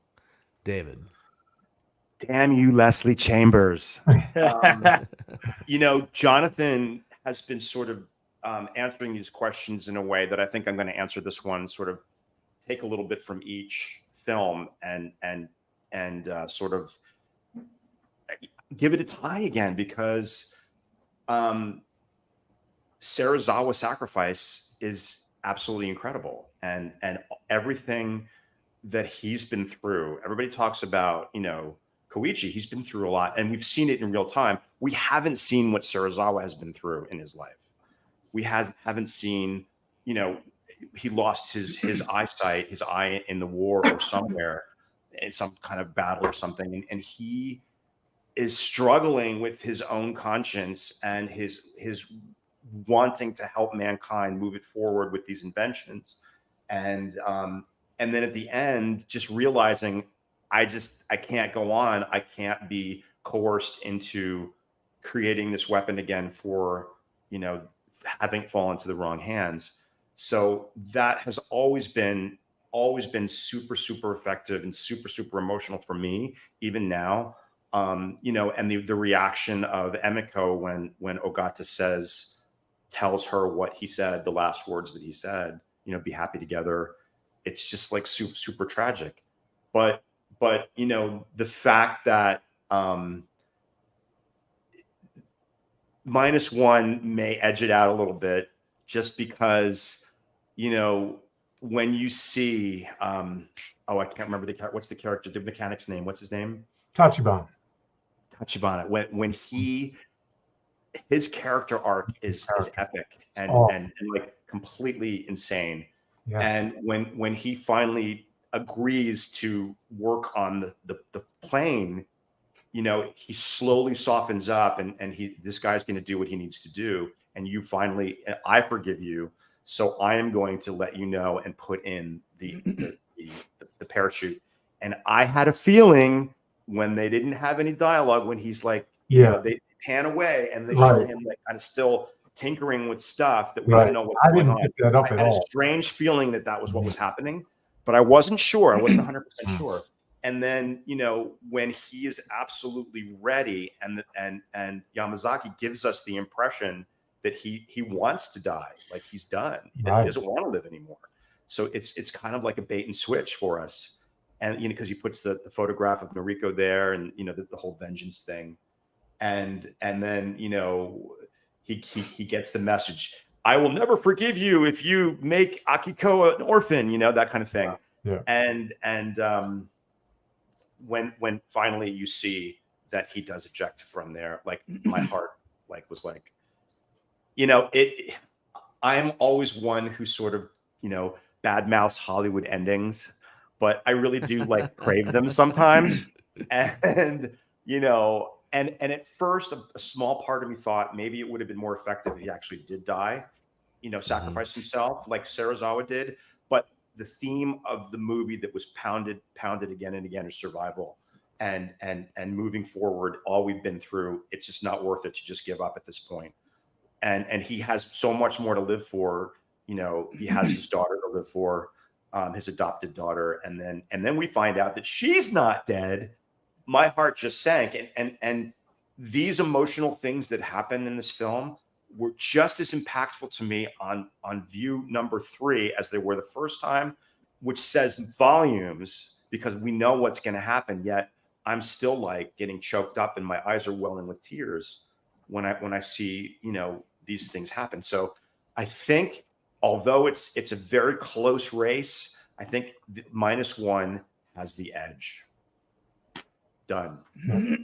I'm with you on that as well. The emotional buildup to when he slams the Shinden into Godzilla's mouth, I'm just like, oh man. And, I was done. It was like a waiting to exhale moment for me. I was just like all filled up and I was just trying to hold it together, and then to see look up and Shikishima is still alive. I was like, oh man, you got to be kidding me. It was just so much.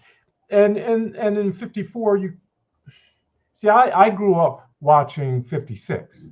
Me too. And I never liked it. And I didn't want to see it. I didn't want that Godzilla. And so by the time 54 really hit me, and when I was watching it, I was living in Nagoya at the time in 2014, and I saw it through a fresh pair of eyes, and I never wanted to see 56 really ever again. Because of just the poor representation of the original. I feel like I think it does some good things well. So, but there's, you can kind of see where Serizawa was going when he burns up the oxygen destroyer. That killed when he burns up the plans. Yeah. That killed me. It does. But here, I like to say this, we just see that story arc with Shikishima going from zero to hero, but willing to, and it's all about sacrifice. The movie's all about, and the original is about suffering, but this is so about sacrificing for each other, so you might live. He says to the young when they're walking away after they made the plan and they're getting ready because Godzilla's coming, and basically said the future is left to you for the young guy who wanted to be in the war. Because what are you thinking? You don't want war to continue. You shouldn't want that. And it's like, it's just a fascinating buildup. That was such an emotional release for me. That -1. Wow. And before Jonathan goes, another music thing, when Serizawa makes his decision to burn his plans and to make the ultimate sacrifice, what sort of really is the catalyst for that is when they turn on the TV and the prayer for peace comes on. And that is his turning point to say, oh my God, I can't let this happen to another city, Osaka, Yokohama, as they say in the film. I have to do everything I can in my power, whether I make it out or not, to save my beloved country. And that when I hear prayer for peace, it's still like, man, oh man. And that to me is so impactful. I would have liked to have heard prayer for peace too in -1, but that would have been interesting. Just saying. Can I just mention, I love the way, Yamazaki, who with his happy endings, that's so him. When it's so always, it's right in his sweet spot. He does that so well. Still, it's just beautifully done. To see him at the end, and then to see, I always forget her name, but I love her. She hits Shikishima in the beginning. And then at the end, she hits him because she knows. Yes. I can never remember. Sakura. Shimiko? Yes. Yeah. Sakura Ando. She pounds him in the beginning because he didn't die, and look what you've done, and and then at the end she hit because Noriko is still alive. It's just, she has a huge character arc too. And yes, she says, "I'm done caring," and then she gives her beloved prize last bag of rice because she does have humanity left. So her character arc is like every single character in -1 evolves in some way, shape, or form.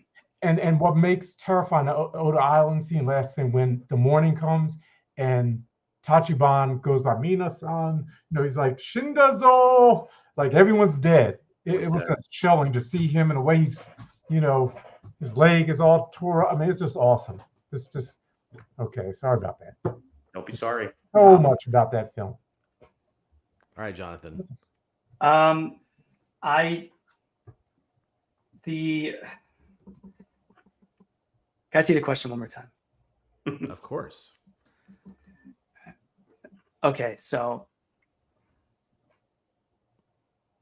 I would say these aren't easy. this one's tough. This one's really tough because I could go two different ways with this, but I'm not going to go into a deep dive like I did before because I would just be annoying myself. So this time around, I think I'm just going to say simply that I think that Koichi's end necessarily didn't surprise me. I kind of like expected it to happen as the kind of course of the movie was sort of going.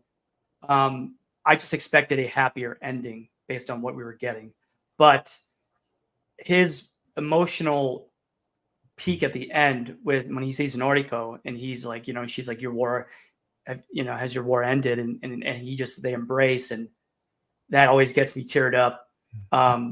The vulnerability there, but Serizawa to me is much more tragic and sad because he, unlike Koichi, who has a support system and a sort of family that he's built around him, Serizawa has none of that. Serizawa had himself in his research, and he had Emiko, but he understood that even though he had Emiko, he didn't, because he knew where her true feelings lie.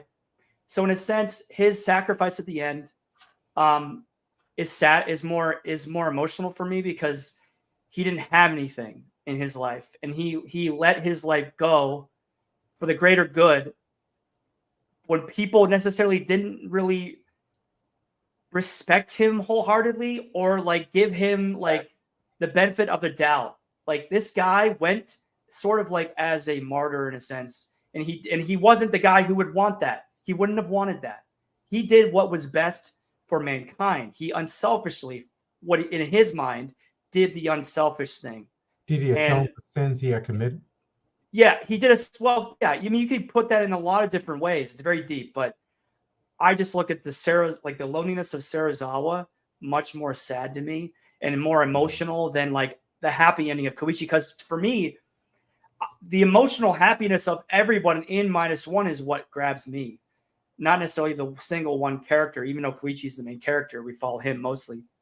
It's everything else kind of around it for me. But I would go with Serizawa. It's just Ooh, Jonathan, Serizawa did what Koichi couldn't do.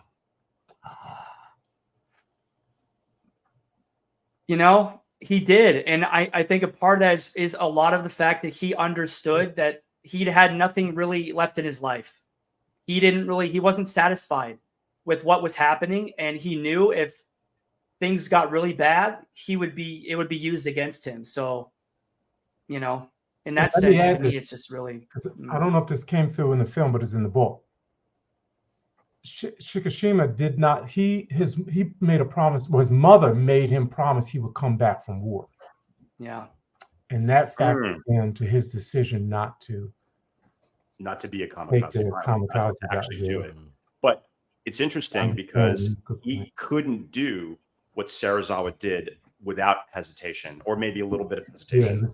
But he committed to do it, and then I guess he was ready to do it again if he didn't find out that there was actually an escape hatch there. So, I mean, the parachute. So it's interesting because Serizawa did it. He did it. There was no going back. There's no parachute for him. He just had to do it. So wouldn't it be interesting to have a movie of Serizawa's life? Oh my God! Yes. Hello. Give us that like graphic novel or something. Like just give us something. Yeah. Wow. All right, let me quickly jump in here. So basically, my take on this is you have a tragedy and you have a heroic happy ending, essentially. So tragedy in 54, heroic happy ending in -1. And to me, which is more emotionally impactful? Which that has to be actually the 1954, right? The tragedy, what Jonathan said, Serizawa realizing all of those aspects of his life were leading up to him sacrificing himself for everyone. That to me is way more impactful than, even though I absolutely adored the character arcs and the character development of -1, Serizawa's gave me more of an emotional response. And even the ending, right? When Emiko turns, bursts into tears and turns into Ogata's chest, like It's awful. it still has so much resonance for me. So I don't need to spend any more time on that. We're gonna go ahead and move along to the next question, which film do you feel was more artistic therapy for the nation of Japan, 1954 or -1? And I would ask you guys to make this one a little quick because I got to get going soon. Sorry. Yes, for sure. I'll be really quick. So this is easy. It's definitely -1. It really took a hard Japan. The filmmaker took a hard look at Japan in that time period, and there was quite a few criticisms, throughout the film, and the whole ending strategy. We can't rely on our government. We can't rely on our military. We can't rely on our allies, the Americans. We have to do it. We have to take matters into our own hands because we're not getting any support from our government. And they say things like the government, is good at gag orders and keeping secrets from the people. It really did sort of turn the focus on the shortcomings of the country of Japan, while the 54 didn't necessarily do that as overtly, just because it really couldn't do it at that time because it was still too close to the war. And I guess, Honda didn't want to dive into that soon after the war because it was still a very raw subject. So I have to go with -1. They took a hard look at themselves and they mentioned it on at least 4 or 5 times in the film overtly. So that's it. I'd go with -1 because similar to what you said, David, when you look at the context of each film and what they're doing in their time, 54 is very much a response to what happened in the Bikini Atoll and the H-bomb tests and the radiation that was coming up in the fish in Tokyo, and it would take them back 9 years. But -1 takes you right back to so close to the dropping of the atomic bombs. And -1 does for Japan in terms of cathartic response as for the context of war, post-war Japan, as Shin Godzilla does for Japan in return in light of 3/11. And I knew you were going to say that. I knew it, yeah. and that's great because I agree. Jonathan. Yeah, I agree. -1. I mean, look, the 54 film, like you said, you guys, I mean, all the right points, the very valid points. To me, the original was more of an allegory. It was more of a basic allegory, and that's not taking that word basic is not taking anything away from anything, but just a straight line look at the dangers of atomic weaponry and atomic power and what it can do. They weren't allowed, I would say at that time, to really heavily criticize. Now, this is more of a personal look. -1's a little more of a personal point finger when it's still a little more nuanced against the government, against the decision making and whatnot. So to me, it's a lot more of a personal, poignant story that we can all relate to because no one's government is, infallible and invincible to these same problems. We can all relate to aspects of this as well. So absolutely -1. All right. So I also agree, like -1. -1 has more of what I would consider to be therapeutic discussion in it than the 54 does. And I think that in some ways 54 is a cathartic commentary on nuclear power as a whole. and the responsibility we have as humans. But -1 is definitely more about like Japan and what Japan's like response was and how it should have been, and what needed to happen in order to make Godzilla no longer a threat. So I would definitely say that would be my answer to that one. I do have to go, so we're gonna cut this short. One question, which was basically Leslie was asking us about to talk about the Oscar nomination, but we'll continue that conversation in our Facebook group. And the last thing I will do real quick before we sign off here is I will say, please make sure you tune in next week, because Leslie will be part of the Black Collector Chat. We do this every year for Black History Month. And I'm not sure. I think John is going to be part of it too. But it'll be Saturday, February 10th at 12 p.m. Pacific, 3 p.m. Eastern. Make sure you tune into that, because it's always a good time. I can't wait to see who he's going to have on. And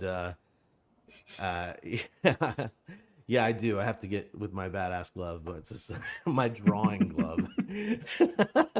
But yeah, we're going to go ahead and close things out. And I want to say thank you to everyone who tuned in and hung out with us for this 2-hour stream. Thank you, including my co-hosts here, for their extremely poignant thoughts on Godzilla -1, the 1954 Godzilla, and even the differences between -1 and Godzilla -1 color too. So I'm so happy to have you guys here and able to do these kind of chats with you guys. And we will see you, not just for the collector chat next weekend, but tune in on the 17th at 3 p.m. for our next regular episode 49 of Collect All Monsters. And I'll just go ahead and do the classic ending here. Until next time, our planet may be doomed, our Earth devastated, the monsters are in revolt, and civilization is in chaos. Because we must unite and collect all monsters. We'll see you around for the next episode, guys. Nice.